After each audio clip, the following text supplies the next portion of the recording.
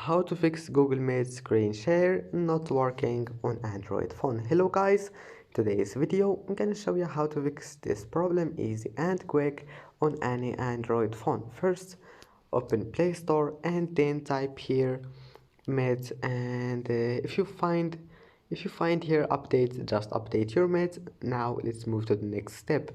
Go to settings and then click apps, and then apps again, apps or applications.